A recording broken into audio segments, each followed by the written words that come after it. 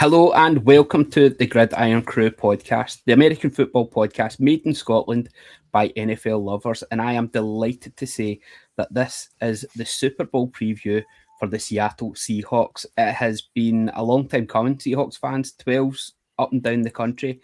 We have had a while to wait, but it's been a hell of a season. And I am delighted to say that I'm joined by some of the finest Seahawks fans to cover this tonight and look ahead to the game. I'm all nervous. I'm all excited. I really can't wait to do this. Before we get into the podcast, though, I do want to mention that this weekend we've got some fantastic things lined up for you. On Sunday, we have our pre-Super Bowl watch party, quiz at Walkabout. We will be starting at 9 o'clock, so if you can get in early, we'll make sure that we've got all your quiz sheets ready for that. We've got some fantastic prizes. Thanks very much to Oddballs, who we are in partnership with to give away some NFL boxers. They look fantastic, and really looking forward to them. Got loads of other prizes as well. Got a wee gold Duke ball came through the other day, and loads of other stuff as well. So get in early, get involved with the quiz, and we look forward to meeting loads of fans in Walkabout Glasgow then. Okay. That's the housekeeping done. I am delighted to say, as I said, that I'm joined by some fantastic 12s with us tonight. First up, we've got Angie, who's not long back from Seattle. Angie, how are you? I'm good, thanks. Yeah. What game was it you were over for? I was there for the Cardinals game in November. Amazing. I'm trying to remember the exact date. Hang on. I think it was good fun though. Yeah, it was amazing. It was like perfect weather. I've got friends that live in Seattle. My pal, she's originally Scottish and married an American guy, so they've been over there, or she's been over there for about 17 years. So fortunate enough, that was my second time going to a game with them, and managed to get the on-field passes as well. Amazing. So it was just a perfect day. Like the sun was shining. It was like 14 degrees. It was just perfect conditions and just an amazing day. To be on the field was just something else. Unfortunately, we were on the kind of Cardinals side, but we got to see quite a few of the other players kind of come up our end as well. So, and we won. Amazing. So even better. Big score. We will cover that a wee bit later on. I'm also joined by Gordon Wright. Gordon, welcome to the Irn-Cru. Thanks very much. It's good to be here. You have been a Seahawks fan for many a year. You were mentioned off screen there that you used to host nights. Yeah, we did. Gordon Curry and myself used to organise meets in Glasgow that we'd have every kind of December time. I've been a fan since '85. My dad did an environmental exchange with University of Oregon when I was younger. And he came back with Seahawks and Ducks pennants. The Seahawks were only a couple of years old at that point. So I've been very much on board since then. The Boz was my first love when it came to, favourite player. Although, we made the wild card and different things, it was a while before we really established ourselves as a promising outfit. But no, I've been lucky enough to see them 4 times. So I've seen them in Seattle. I've seen them in New York a couple of times and seen them in London. And it's an itch that can just never be scratched enough. But 2 errant teenage children put paid to a lot of my plans when it comes to what I'm doing Seahawks-wise every year. But we'll get back there soon, yeah. They do tend to get in the way. It's even worse when one of them turns out to be a 49ers fan, I can tell you as well. We are also paternity test. Not disown them yet, but he's dropped down the age anyway. We're also joined by 12 Talks Josh. Josh, thanks very much for joining us, buddy. It's great to see you. It's awesome to see you guys too. I don't think we've seen each other, whether virtually or anything, since the Glasgow meetup. So we were talking about this then. I've still got your card there, where I'm trying to get you on 12 Talk at some point. This is an exciting time to be a Seahawks podcast or an NFL podcaster. But for yourself, Keith, you actually get to speak about the Seahawks. Just nice. That's it. It's been a wild ride this season. I mean, I don't think we'll get onto it later, but I don't think any of us foresaw this coming. We thought there was like at least another year till we were at these sort of lofty heights, but we have been pleasantly surprised by Mike McDonald. So I'm a happy fan. We've talked about it on the podcast how it felt like we were building to something, but it just feels as if it's been that wee leap, maybe a wee bit earlier than we thought it was going to be. But it doesn't feel as if we're stretching. We thought. Yeah, we thought 3 years. We thought it'd be 2 off seasons at the very least, a couple of drafts. Let Mike Mack start really putting his players in. Because I don't think he's got a squad of players, a full squad of players that he sees as Seahawks.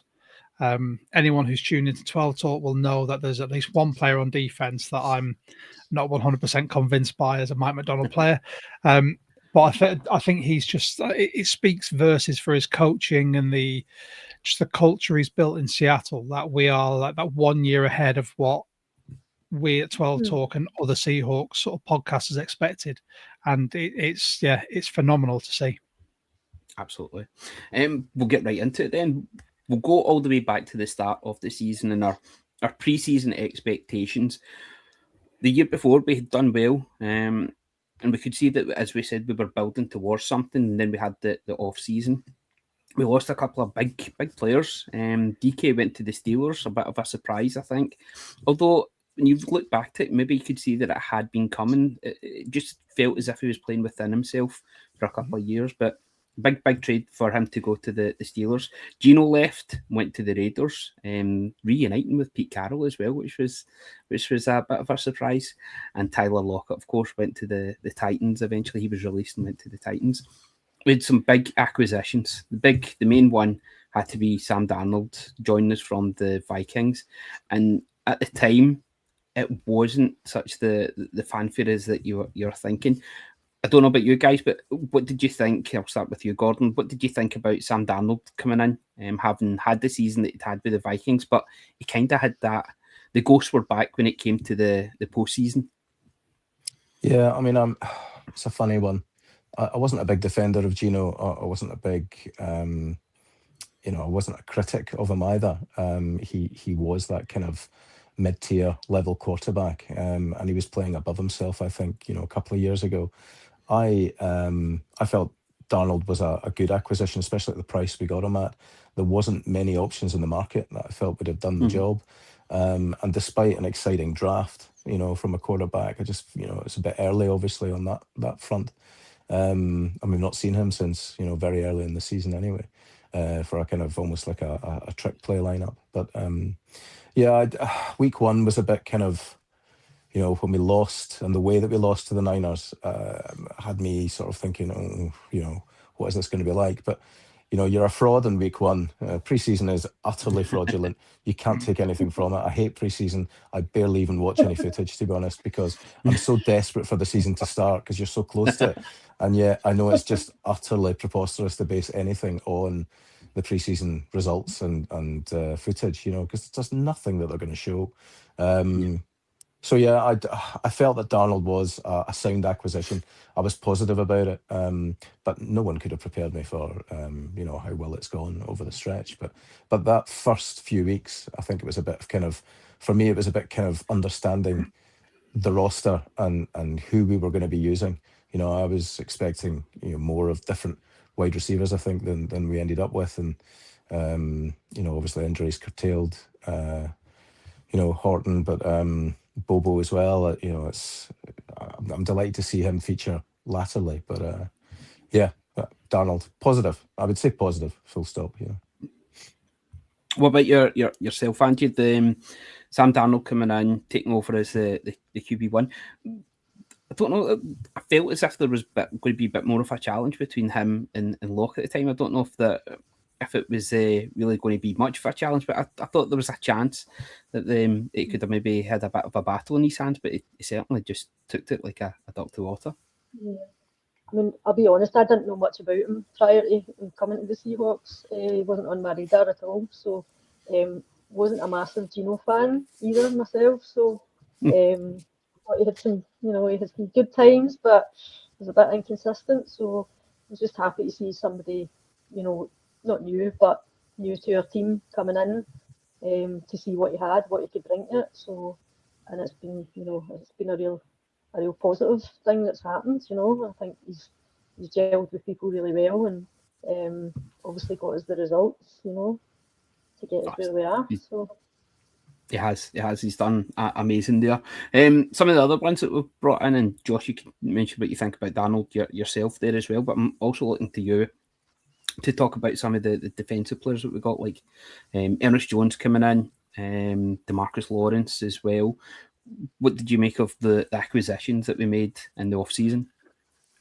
I think when you look at the defense, I mean, Donald I'll talk about after, but I mean, the defense, I think Ernest Jones has been an absolute game changer for us at that middle linebacker spot. He has set a tone to the fact that everyone follows him. When you think that he was with the Rams and there was talk about us trying to trade for him when he was with the Rams, they decided to let him go to the Titans, and then we got him from the Titans. He has been such an undervalued and underappreciated linebacker. Yeah, he's come here now with a bit of a chip on his shoulder, something to prove, and he's proved it. That whole defense follows him. And when you look at the leaders that we've got on that defense now, for them all to gather around him and really have him be a culture setter, I think it's been fantastic. Is it 5 interceptions this year? I think so, yeah. I think it's the most out of any linebacker. And that's because he gets himself in those right positions. He reads the game so well. He wears the green dot for a reason. And I think he's just been, he is a Mike McDonald player. He goes about his business. He is a perennial team player. You listen to what he said about Darnold during the season when people started to doubt him. I think he's just been fantastic. I think you look at the other veterans that we've re-signed. I mean, you've got Jaron Reed. Love Jay Reed. I think he's a fantastic vet in the middle of that D line. And DeMarcus Lawrence, for someone that was jettisoned from the Cowboys, because let's face it, the Cowboys know loads about edge rushers and their worth. I think he has come in, and it's been doing the rounds on social media. His comments saying, "Look, I love Dallas. It's my home, but I'll never win a Super Bowl there." He was right. And he's come here. He's allowed to play his game on a D line with players like Big Cat, with Byron Murphy, with Jaron Reed coming into the rotation, with Derek Hall, Chenna, and it's allowed him to flourish. He's one of the best run stuffers in the league, and he's been able to get to the quarterback as well. And he brings that veteran leadership as well. There's leaders all over this defense, and I absolutely love what Mike Mack's doing. I think it's one of the reasons you've got to rotate the captaincy, because you can't just go, you're the captain, because you look at that defense and you go, well, you could be, and you could be. And it's been brilliant. Some of these acquisitions have just been spot on. And it's not just the acquisitions, it's been the drafting as well. The drafting's been strong for the past couple of seasons. When it came to the draft last year, round 1, we went for Gray Zabel, who seems to have made a huge difference to the team. I'm still in my infancy. I'm a little chick, a little tiny blitz at the moment. When it comes to learning about the game, and when it comes to like the defense and that side of the game, I'm starting to learn it. I've got to say that you guys at 12 Talk are fantastic for breaking it down and making it a lot simpler and easier for people to understand. So really, because that's how our brains work. We're simple and easy as well, mate. That's all it is. But it's great because it helps people open it up to people. So I've got to say huge credit to you guys for that. But players like Gray Zabel coming in, Eamon Warry coming in as well, they've made a difference in the first year. So it's been terrific to see. What did you make of the draft class then, Josh? I loved it. This was Mike McDonald's first real draft. And the fact that he and John Schneider were simpatico in the fact that they knew that our O-line, even though we've got the 2 bookend tackles, they're both now re-signed. That interior has always been a problem. I mean, last season we had the revolving door that was Laken Tomlinson, and then they went out in the first round and they got his replacement, who is going to be our incumbent left guard, hopefully, for a long time, in Gray Zabel. Yeah. Absolutely brilliant. And then you look at the top of the second round, packaging those picks that we got in those off-season trades to go and get someone like Nick Emanwari, who, since he started, had that injury, came back, and you look at how galvanized that defense is with him. because they move him everywhere. Yeah. Is he will linebacker? Is he going to be strong safety? Is he playing at nickel? No one knows. But there's so much disguise going on. I think it's been brilliant. Jalen Milrow, quarterback for the future. Then you look at people like your Riley Mills. You've got, oh my God, I need to get the full draft. This is the Mitch is our draft guy. He'll literally rattle it off for you. But I think it was indicative of the type of draft class that we need under Mike McDonald. These are football guys. These aren't ego guys. These are pure ability. What Mike McDonald sees as a Seahawk guy. They're all leaders. They're humble. They want to come in and play football and win. And that's one of the big things about this team. There's no single person who wants the glory a la DK Metcalf. This is a team full of players who will do anything it takes for the team to win. And I think that's what Mike Mack has built so well so far. It's a bit weird, Gordon, that last time round when the Seahawks were in the Super Bowl and then went back the year after, that we weren't very much likable, and people could jump on like Sherman and the mouth and the way he ran his mouth, and you can either love that and accept that as a game, but it kind of put a lot of people off the Seahawks. There's loads of people that I've heard now that kind of want the Seahawks to win. It might be because we're up against the forces of darkness have done it 6 times, and exactly. I think that might be part of it. But we're a hard team, but we're a likable team. There's nobody really running their mouth type thing. It's a hard way to put it. No, I know they're pretty careful. I mean, Metcalf used to really piss me off with the stupid penalties he would give away, and then when it would get in his head and he wouldn't make catches you'd expect of him and things like that. So, I was probably one of the few that was quite pleased to see us trade him. I think Zabel is just, for me, he's been the game changer this year. An O-line that works, and I know there's a weakness on our right hand side. But conversely, the Patriots have got a weakness on their left, and I'd much rather have a weakness on the right than on the left. Mm-hmm. So, to me, that's going to be one of the key things of the Super Bowl as well. Worry. For me, he's like a pawn. At the start of the season, he's made it to the other side of the board, and he's now, he's a fully moving queen in any direction. He's probably never been referred to as a queen before. But if you're thinking about it as a game of chess, then as a chess piece, he's definitely the pawn that's made it to the other side, and he can now do anything. I think the last time in the Super Bowl. Last time we were in the Super Bowl was we were a bunch of lucky bastards when we made it to the Super Bowl the last time, because I mean you look at the Green Bay game and then you look at even Kerr catching it off his midriff and his knee and then into his hands to get us set up for beast mode to crash that 8-yard run or whatever it was, and then not be given the carry on 2nd and goal from the 1. But yeah, I love the talking. I love the fact that Sherman would run his mouth, because he could back it up. He was good enough, Yeah. And Chancellor never said anything. He just hit people. And I can't remember the name of the Niners tight end, but the one that, it was a penalty. He got flagged for it. But remember the Harbaugh's birthday when they played in December 2012 at the Clink, and he hit him so hard that he just knocks him into next week. I can remember the name of the tight end. He was out of the game after that. But anyway, that was one of the hits that you see again and again that Chancellor made. But that Legion of Boom, yes, of course, they were mouthy, brash, big. I remember us playing the Rams and coming down to the end, one of those 2 seasons, and we kept them out to win the game, and it was a low-scoring affair as well. And that was really the benchmark of our season. I think with this one, equally, when one side's not working, the other one is. And we have very much had this kind of roller coaster season where, and I say roller coaster because we up to the Tampa game, we've climbed the start of the track, and then everything after that has just been a complete careering positively downwards and a hell of a ride. So I'm locked in. I cannot wait for Sunday. I am so convinced. I was only slightly tempered by the news of the ankle injury, to 3, but thankfully it looks like he's going to be okay from what I've seen so far today.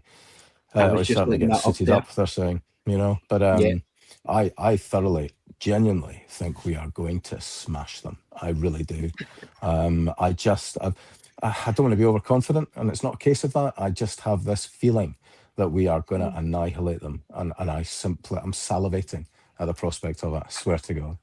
Right, we'll get a score off you towards the end, but I love that confidence, that energy. As long as we take that into the game on Sunday. And what about the start of the season? We didn't start the strongest. We were beaten by the 49ers 17-13. But if I remember correctly, and I didn't get a chance to look over all the games today before the podcast, but it came down to the final play.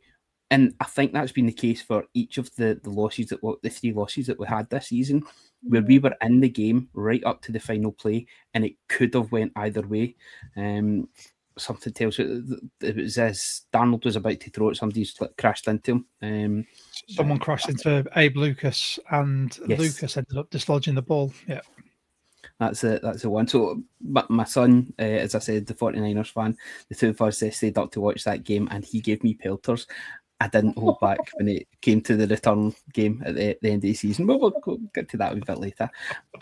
The start of the season, we had all this hope and maybe not expectations of how it was going to go, that it would maybe go as well as this, but that was a wee bit of a dent. But we came back strongly, beating the Pittsburgh Steelers 31-17, the Saints 44-13, and the Cardinals 23-20. It was a strong start to the season. We seem to have, I think we've played different ways at the start of the season to what we have now. It was as if we blitzed teams in the opening quarter and ran up the score, and then we were able to relax into the rest of the game. Maybe relax a little bit too much, but the start of the season, Andrew, what did you make of that? Yeah, I think we were just unlucky. I think in some of those games, as you say, that come right down to the very last sort of throws that were going on, and we were just unlucky that we could have got it, but we didn't. But I think also it's just a new team together and just everybody finding their place within that team.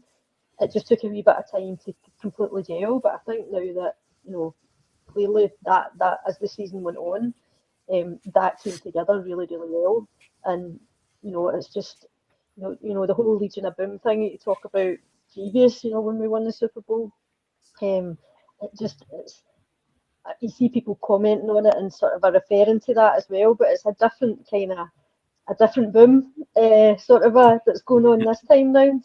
I don't quite know how to describe it, but it just felt really good as the season went on. As game after game we were getting good results. There was just a confidence building, I think, as the season sort of developed, and that the choices that Mike McDonald was making, it was all the right things, but it was all heading in a positive way. So the dark side defense, I hear that's what we're calling it now. Is Josh, up to week 8 was when we had the bye. We were 5-2 at that point, having lost to the 49ers. It started strongly, and the Tampa Bay Buccaneers, and it was a bit of a shootout. And again, forgive me for not checking this, but was it a missed field goal attempt at the end?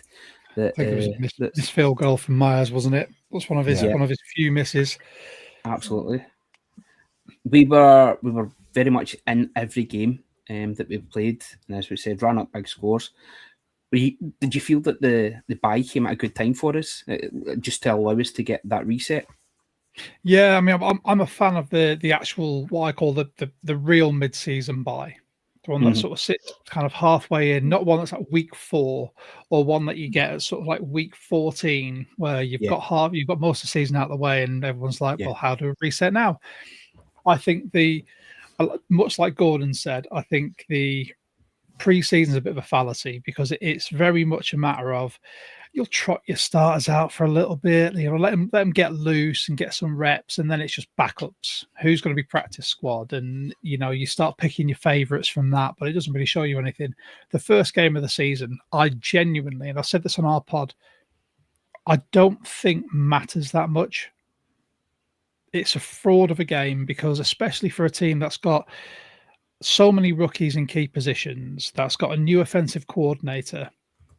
We came into that game and I predicted that as a loss in our sort of pre-season show because of that very reason.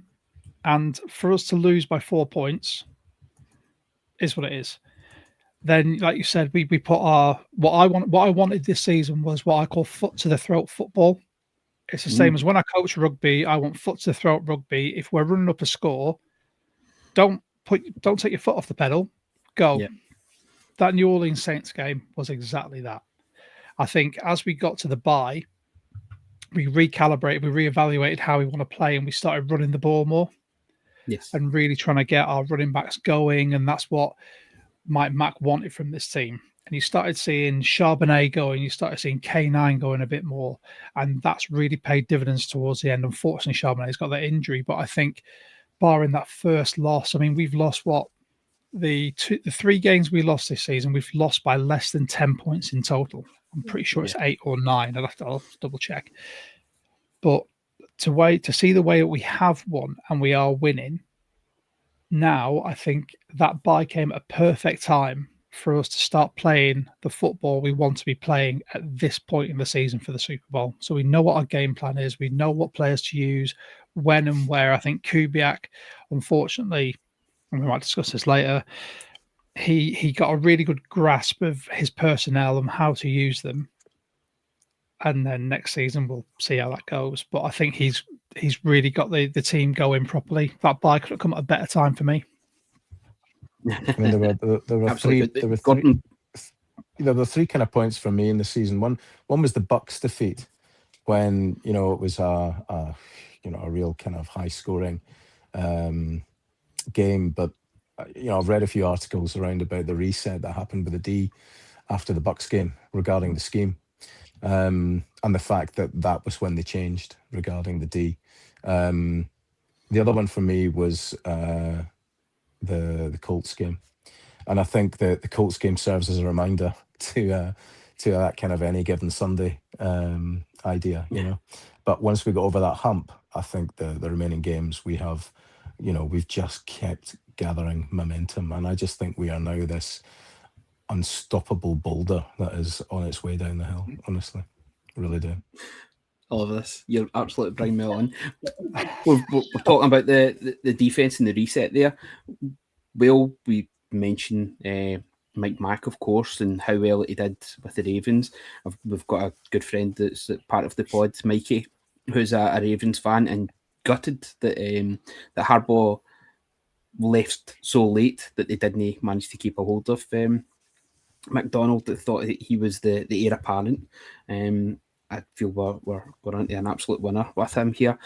But a word for our defensive coordinator, Aidan Durda, British defensive coordinator, first British DC to make it to a Super Bowl as well. Josh, how do you feel that he's put a stamp on the D this year? Or has it been more Mike Mack's influence, or does Aidan get a say here too? I play calling Mike Mack 100%. Coaching, and I found this out this week. It's Aden Durday. Oh, Aden Durday, right? Thank you. Don't worry, I've been calling him Aidan all year. And the only reason I know it's Aden is because I've got a client who works heavily. He works with the London Warriors, and I was chatting to him, and I kept calling him Aidan, right. And he just pulled me up and went, "Josh, please stop. It's Aden." I was like, sorry, mate. But I think Durda, behind the scenes, I mean, Durda is one of the main reasons we got Tank Lawrence. Tank Lawrence has said, well, anyone who knows the chronology knows that they both came into the league together. Durda was sort of in his sort of coaching infancy with the Cowboys when Lawrence came into the league and whatnot. But I think he has learned so much, and the guys respect him so much. He's been fantastic behind the scenes. He's a D-line edge rushing.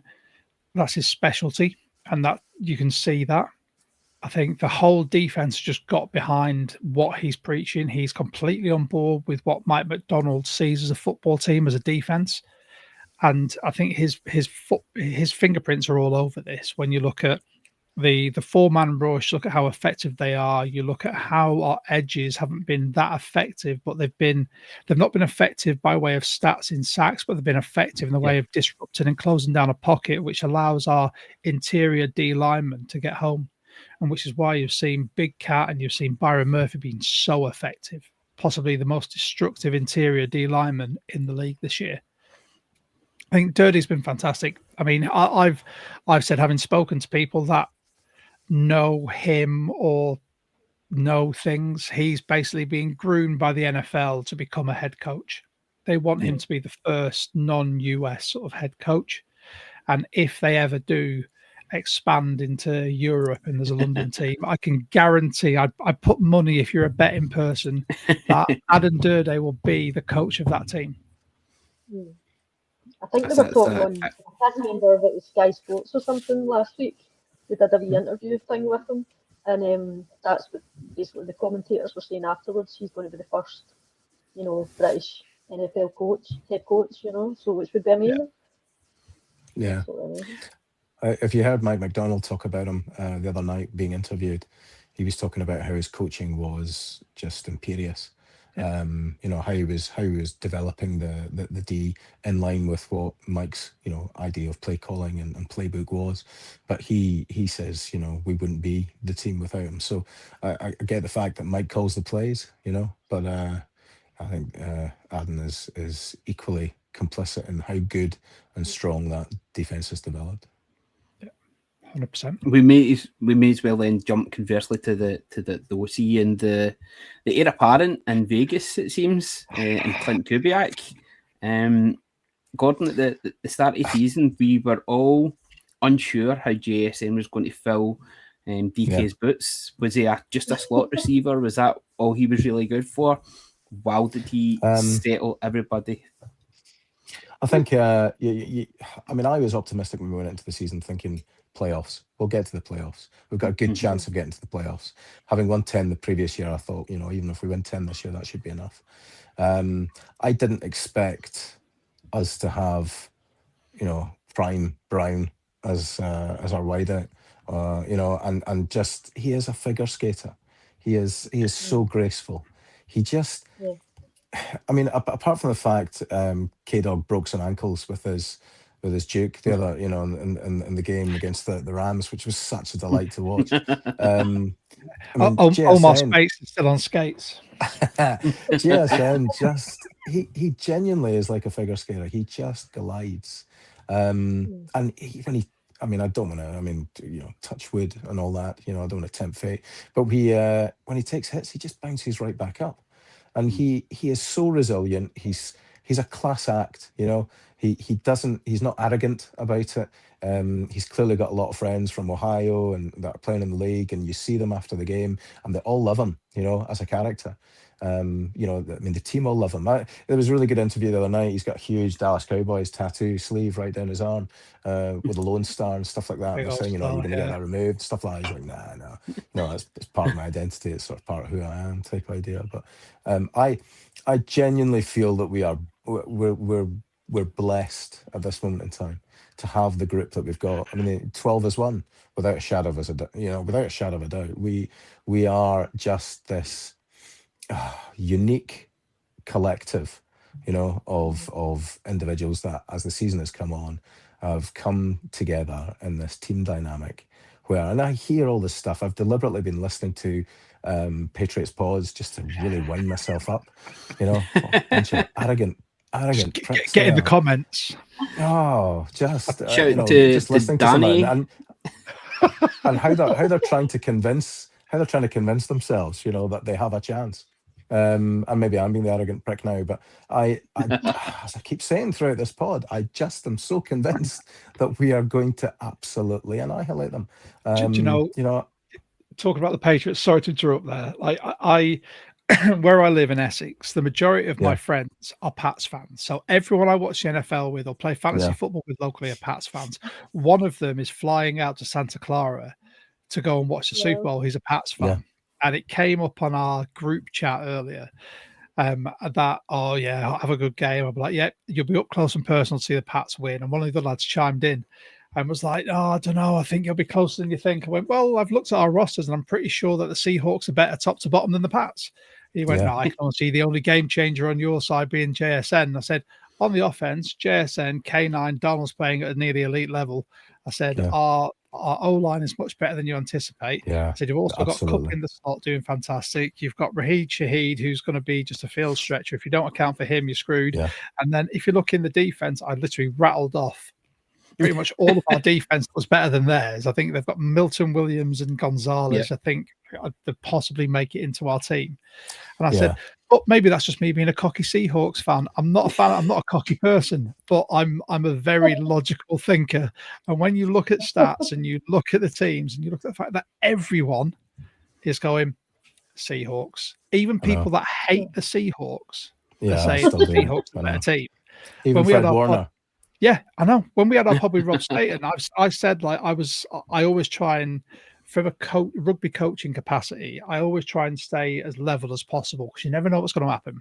Yeah, I don't get too high, too low. I'm like, right, the game's the game. So the final whistle's blown, then you can celebrate or commiserate. Yeah. And I try to stay on that level. But Rob Staten, who is famously very outspoken about the Seahawks, good or bad, love him or hate him, he pumped me up on that pod to a point where I finished. I was like, we're going to win the Super Bowl. This is going to be amazing. So, Gordon, I am with you right now. And I don't want it to come and bite me in the arse, but I genuinely am so confident in this team that I can't stop talking about it. Me too. I mean, Gonzalez, I think, is a class act. It's interesting. It depends if he does the whole...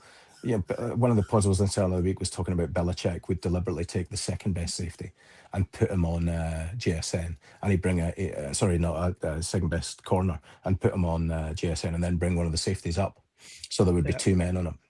Now, it's conversely, if they have a two safety look, we're going to run the ball, But I also expect us to use far more Barner in a slant, slot catching area than I think probably others are expecting. But I mean, the great thing about JSN is, he's getting the ball. They line him up in the flat, they give him the ball, and no one can stop him. So it's going to be really interesting to see how they try and cope with that. Because if we're struggling to get a first down, and maybe we punt the first possession or whatever, I'm not saying that's going to happen. But if it got to that point, we will line up. And there will be screens, but it will be GSN that we'll be looking for. And he's so hard to stop. And with the blocking that we've got, with the mentality of the team, and Kubiak's play calling this year has, again, there were a few blips, the Colts one being a difficult one, but I just think he's got this number. And I tell you what, McDaniels, who was the wide Endelman? I used to despise Endelman, Julian Edelman, and McDaniels, because I just felt that they epitomised the arrogance of the Patriots, and nothing would give me more satisfaction than having gone through the so-called offensive messiahs of Niners, Rams, and now the Pats, with McDaniels, and just watching the tears at the end will taste so damn good. I feel this is like a therapy session for you. We're going through some past trauma here, Gordon. Carry on, keep venting, Gordon. Go on. Oh man, honestly, it was such a sore one 11 years ago, and I just cannot wait for this game. I swear to God. I mean, my mate's a Saints fan, and we're there every Sunday night. There's normally four of us: a Niners fan, two Saints fans, and myself. And the Saints one was a sore one for them, but he's been desperate for his team to lose all year because he wanted the number one seed, and he was getting more and more annoyed when it looked like Shuck was going to actually be a serviceable quarterback, So it's been a great kind of roller coaster, but as I said, we are now on this unstoppable, just careering downhill, knocking everything down in our path. So long may that continue. I think absolutely. I think if we played the way we played in our last game, and they play the way they played in their last game, we're absolutely hammering them. I know, but this, I think the snow game was a really interesting one. Angie, I don't think we can take much from that. So on the pods I've been listening to really wind myself up, they've been talking about Pats have only conceded X many points across the entire playoffs. Seahawks did that in their last game. Yeah, but not everyone's playing against Stafford and two true number ones. Two true number ones at wideout, and the scheming that goes with that. So yeah, I don't think you can hold a candle to the Rams if you're the Patriots, you know. And I just, yeah, I'd be confident. I think you're right, Angie. You know, I don't think that they are playing well, and I think they're trying to talk themselves and convince themselves that they've got a performance in them. But I remember Buck when he met his wife's Joe Buck, you know, the commentator. His wife is a Broncos fan, and when it was Super Bowl in New York, which we won, he met the Broncos and they did it in the team bus. And then the next day he met the Seahawks at the hotel, and his wife was like, "How was it?" And he said, "They're not losing." You know, he said he just felt that they were ready to run through brick walls to achieve that win. And I genuinely feel the same way about us. I just cannot see how we lose this game. I'm not going to Do you sleep feel- tonight now. No, I was going listen, to say, Ange, do you feel the same about this? I mean, me and Gord have waxed lyrical about it, but I want to hear what you think. Yeah, no, Go for it, totally. I just, it's. I was actually in Seattle when we won our last Super Bowl. That's So I was super. over visiting, and it's a total bucket list moment. Like, and all my friends that are over there now, like when we won the game, obviously the other weekend, and they were just like, "Get your flight booked," and I was like, "I can't. I was there in November." I know. So I've been playing listen, you're a good luck charm. You're the good every luck charm. lottery since. We're starting a GoFundMe Yeah. tonight. If you can donate in anything you can to get Angie over there to help secure the win, please do. Because that's what all Donate the £12. guys over there, that's what they call me, the good luck charm. Like, because the two games that I've been in Seattle, we won both of them. Like when I was over previously. So, and then obviously when I went over to visit in 2014, we won the Super Bowl. So that's basically what they Yeah. call me, the lucky charm, the Scottish lucky Amazing. charm. So, but yeah, So I have. Usually I'm not that, I would be like a bit like what you're saying, Josh. You just try to keep it kind of level and don't get too excited. But I'm struggling.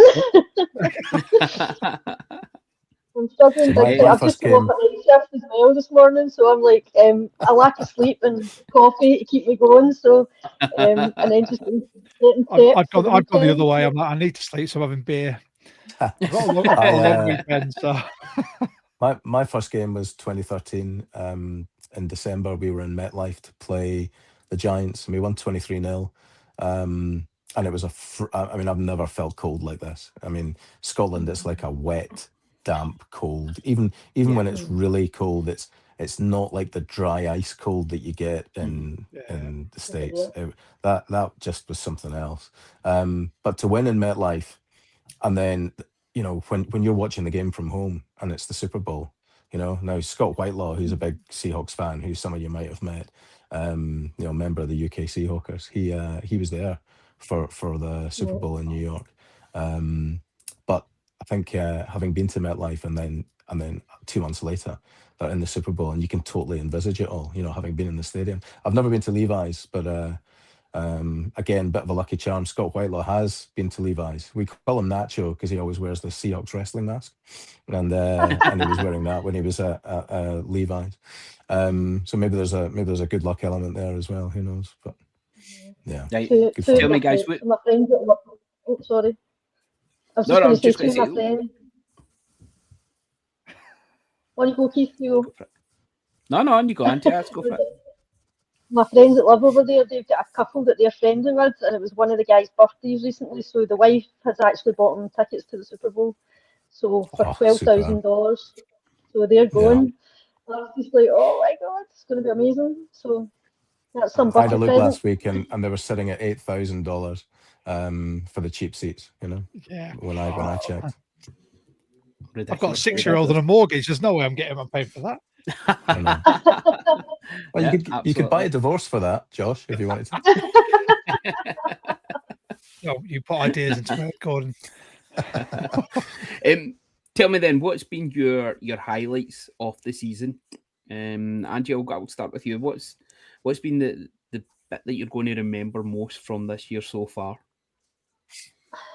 I think just seeing like the progression of the team. It's not been any one individual player for me, and just not really knowing what was going to happen this season, with everything, all the changes and new players and stuff.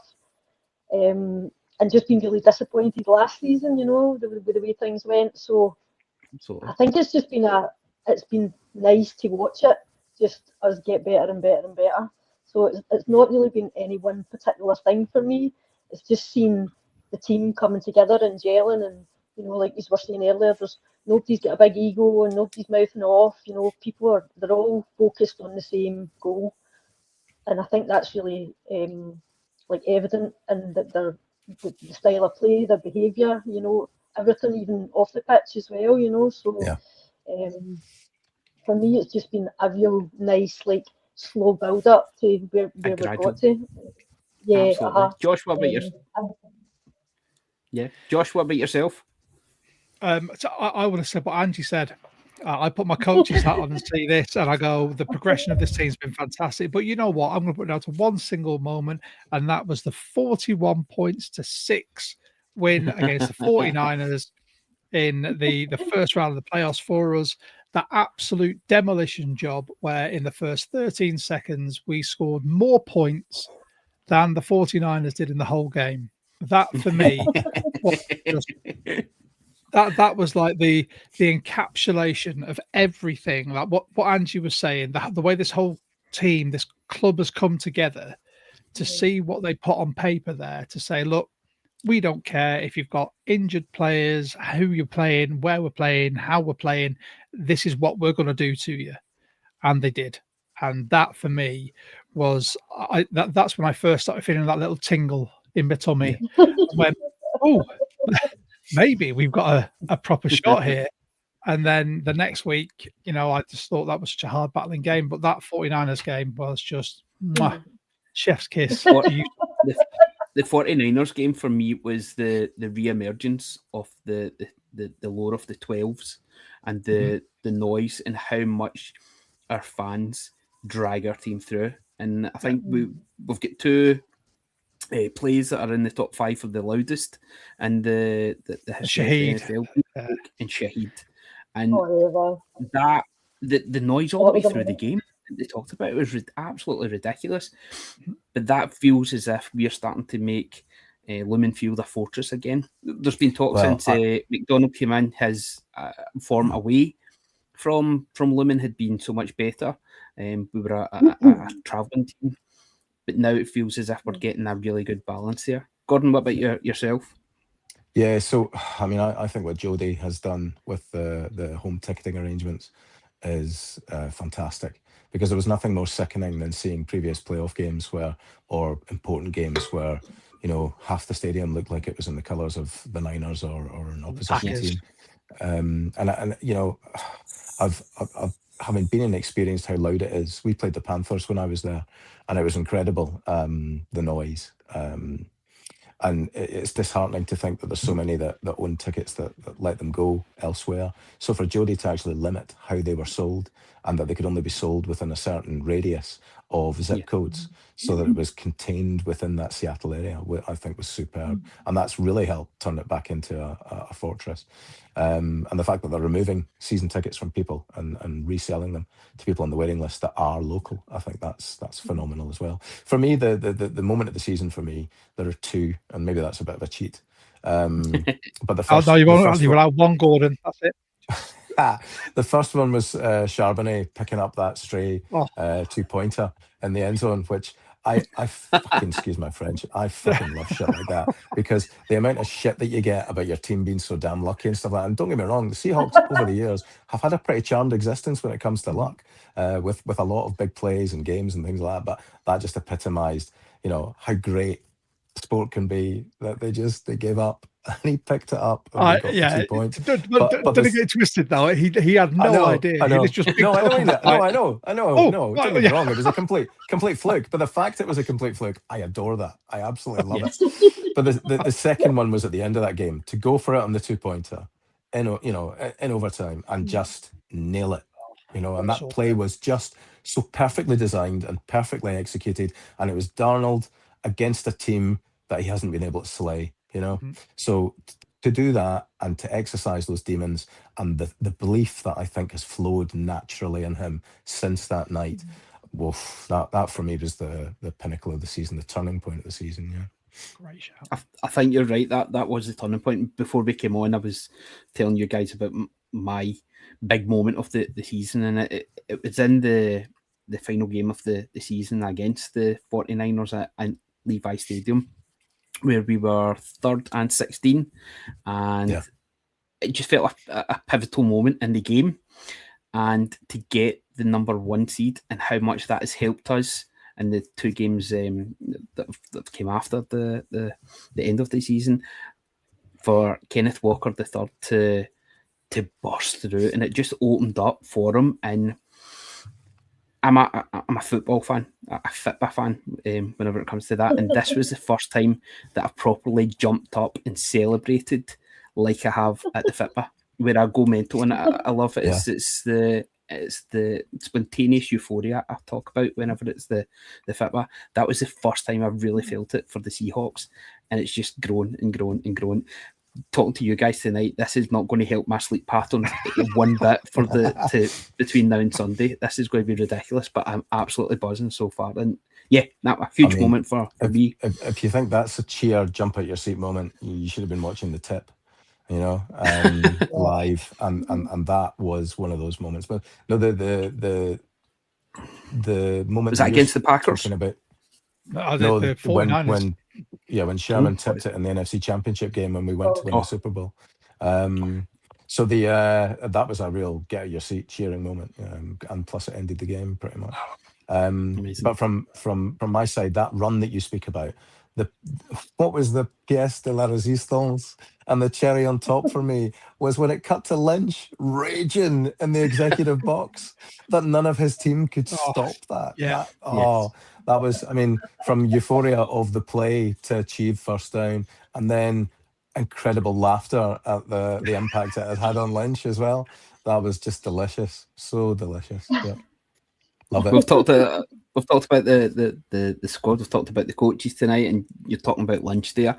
I think it's important that they also mention John Schneider's role in this team. I remember him there because the sweat patches under his arms were ridiculous that evening. I hope he's got some nice antiperspirant for the Super Bowl. That's all I'm saying. One of the most pivotal moments for the season for us has been the acquisition of Rashid Shaheed. Josh, just a few words about how important he's been in changing the dynamic of this team.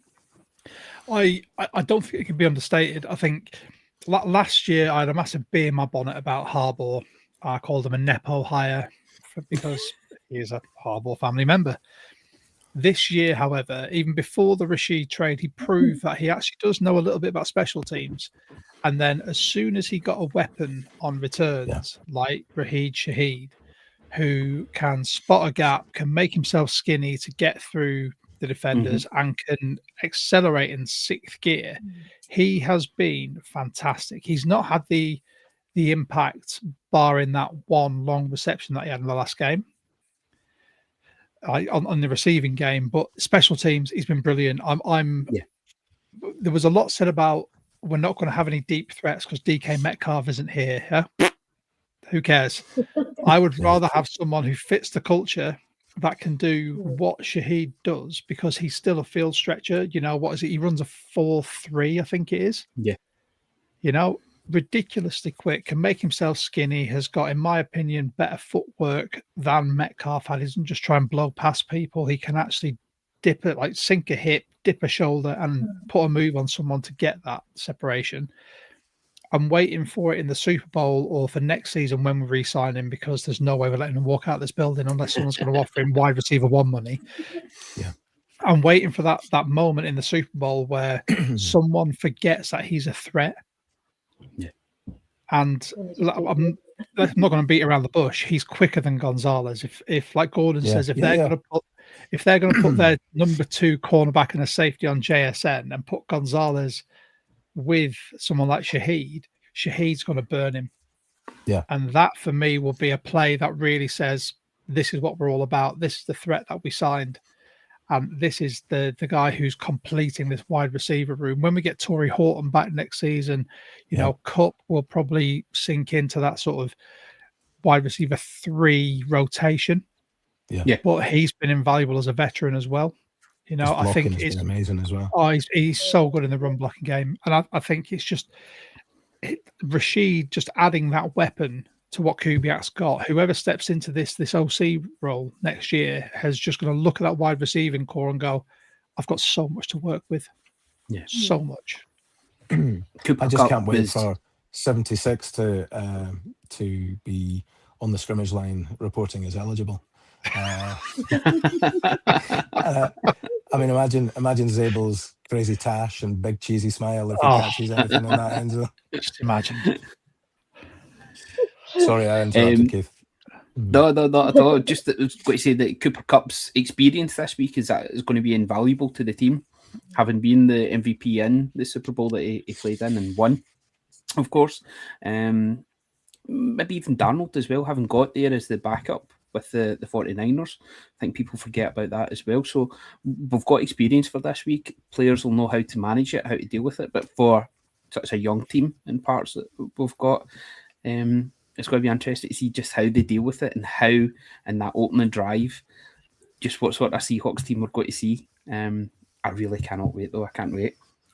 I almost think that's overrated, Keith. You know, the fact that the team's young, that people haven't been there before. I think it's great that you've got a couple of vets there that can have a quiet word with people on the sideline, in the scrimmage, whatever, you know.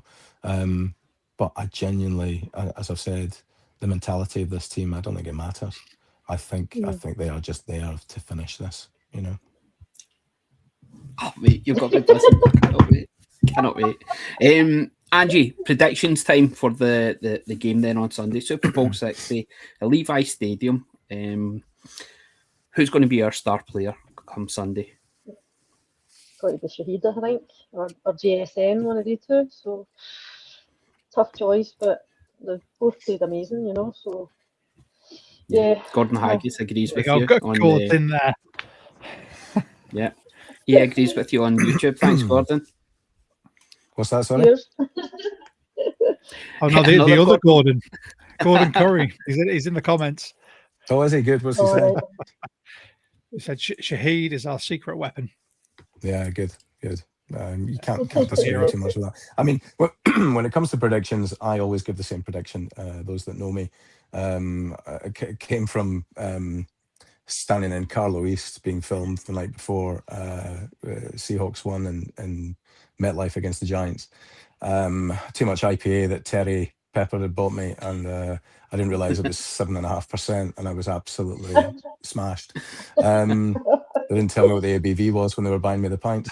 My prediction was oh god, honestly, it was a nightmare. Anyway, it came with a Ric Flair woo as well. I'm not going to do the woo tonight, but it's the same prediction. As a bit of a joke, I always say that my prediction is 56-13, and it's always the Hawks. So I've genuinely never thought of a game that could be more appropriate for that prediction than this one on Sunday. 56-13. 56-13. Who's going to be your star player? It's also a scorigami as well. Star player has got to be JSN. Yeah. Josh, what about yourself? Star player.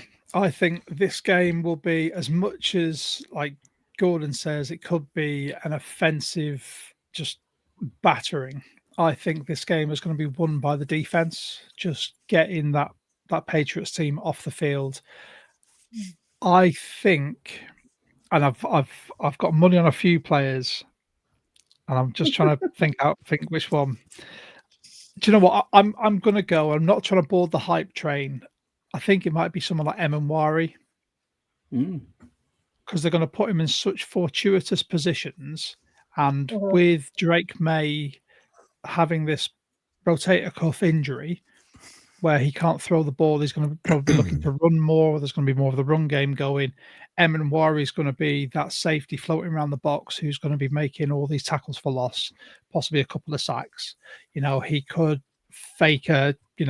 completely fake a blitz, drop back into coverage, pick a ball off. You know, it could be another Malcolm Smith moment.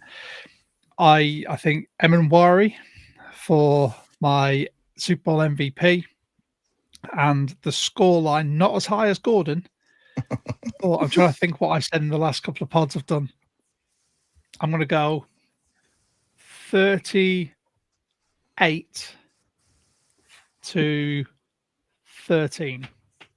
Oh, wow. Angie, I've never got a score from you. Oh no, sorry, I was caught up in the moment there, just thinking we're winning anyway. I'm going to go 35. I'm going to go 35-10. Obviously, Seahawks winning. I mean, from my side, it's 8 touchdowns, and I can easily see 4 being scored by either side of the ball. So that's the way it goes. I'm loving this positivity that we're just putting out there. It's just, do you know what? Send it out. I'm going to join the positivity stream tonight. Then I'm going to go 31. I think it'll be a wee bit closer. It's not going to feel out of sight. I'm going to say 31-24. Oh, look at Keith, prophet of doom here. Get off your pod. We'll take over. We'll be the positive ones. Listen, I've got plenty of Patriots fans in this podcast. I've got to go back to them. I can't just play with you guys all the time. You're invited onto 12 Talk with the UK Seahawkers official pod, mate. Just come and join us. I would love to. I mean, if ever there was a team that you wouldn't expect a UK national to follow, it would surely be the New England Patriots. Just purely because of what it represents, Yeah, but people I've always thought that's a bizarre choice for a team, Oh man. Anyway. Amazing. Right. Okay. Something wild then that's going to happen in the game. We'll finish off with that.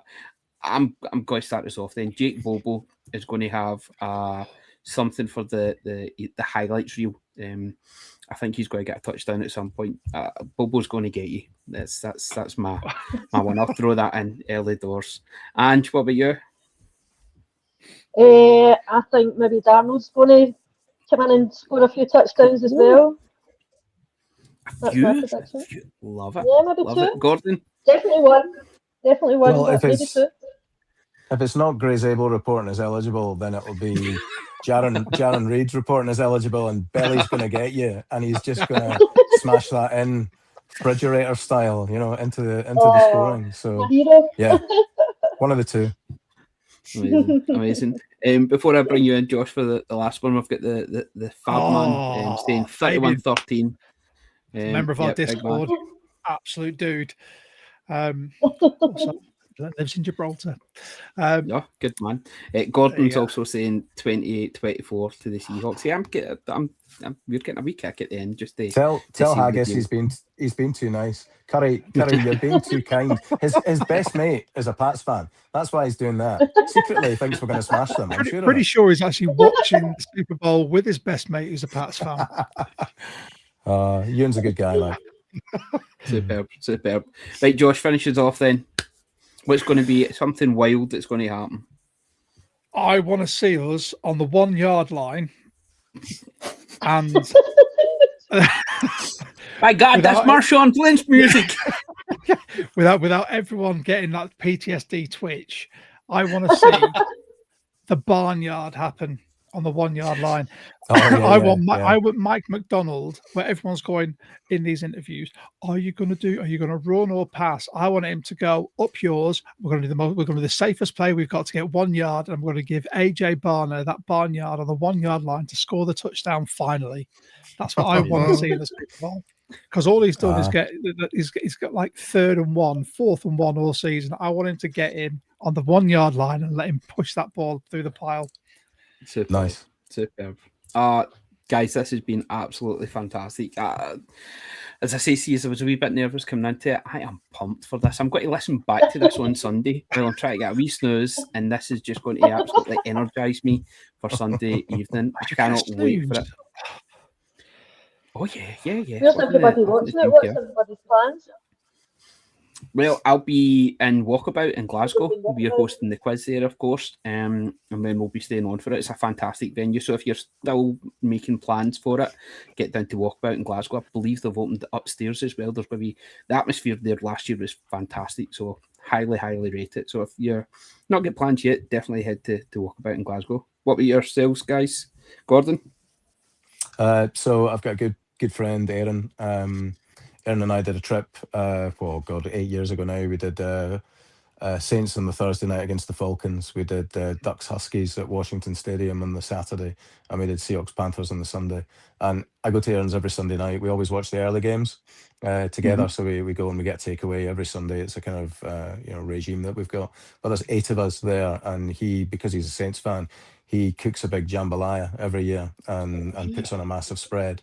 So there'll be 8 of us. They with us, I mean, there's Viking fans, Niners fans, Saints fans, as I mentioned. There's a Ravens fan there. And they will take great joy in trying to wind me up as much as possible. And so I'm going to have to keep my own counsel. And that's why I think if it's a straightforward kind of performance that I expect, I'm going to really thoroughly enjoy it. I think if it is tense, then I'll struggle because I don't do that well.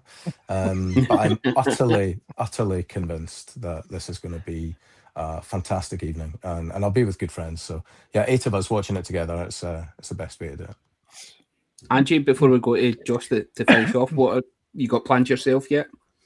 I'm probably just at home, me and the dog. Basically, he's a big Seahawks fan as well, so I don't have that many close friends that are into the American football. So a couple of times, some of my mates will come over, but we all kind of work shifts, so it's difficult trying to get everybody. Angie, did you post a picture of your dog in a Seahawks jumper on the? Yes. Oh. Yeah. Can't get a bearded dragon, so I'm shit. Yeah, Super. he's a big fan. Well, listen, you're welcome to come and join us up at Walkabout, or even Josh. What is it you've got planned yourself? Oh, so the 12 Talk podcast and the UK Seahawkers, we are holding. Well, there's lots of different ones around the country, but we're holding the main Super Bowl watch party at O'Neill's Broad Street in Birmingham, where some of you may have been for one of the UK Seahawkers meetups, but there are over 50 12s from all over England and maybe the UK coming to watch it. We've got the upstairs room booked out. We've got, as well as everyone being there, there's going to be interviews from myself, my co-host Mitch for the podcast. We've got group photos that we plastered everywhere. We've got a charity raffle as well, full of Seahawks stash, which has been donated from various members of our sort of podcast community, some of our partners that we work with, and it's all proceeds for that are being donated to the Robbing Cancer Trust, which is our podcast's nominated charity, which specialises in raising awareness for germ cell, testicular and ovarian cancer. So everything that we make from that raffle goes straight to them. And it's going to be an amazing night. I can't wait. Yeah, brilliant. Fantastic. Sounds excellent, Josh. I hope everybody has a wonderful night. Listen, if it goes the way that, especially if Gordon is describing it, how about we reconvene sometime next week and chew over the bones off it, and if it all goes to the pot of the 1 yard line, we'll just never talk about it again. Yeah. Talk about what? What? I will not be available in podcasting circles for a while. I've never met you before. I've never met you before. What's your name? Sorry. Gridiron who? What? What? American what? What even is that? I'll go back to being a Blackburn Rovers supporter if that happens. Oof, not that bad, Josh, coming in for you. Exactly. That's how bad it would be. Guys, this has been an absolute pleasure. I hope your team wins on Sunday. Make sure you listen to 12 Talk for their coverage of the all things Seahawks. It's absolutely terrific. Get involved with the UK Seahawkers as well, especially the meetups. The Glasgow one was absolutely terrific. I'll hopefully get down to one of the ones down south as well sometime. I need to Down be south. active on the Facebook. Down south. We're the Wild Things, remember this? South of you, So Birmingham's north that's of over- me. I live in Essex now, so we've got to go for the wall, remember? yeah, Yeah. there to keep you in. We're like the wildlings, Josh. Yeah. Guys, thank you very much. It's been an absolute pleasure. Hopefully speaking to you again next week. If we are not, make sure you enjoy the football. Get in touch. Make sure you like and subscribe to the crew. And yeah, thanks very much, everyone. Go Hawks. Go Go Hawks. Hawks. Hawks.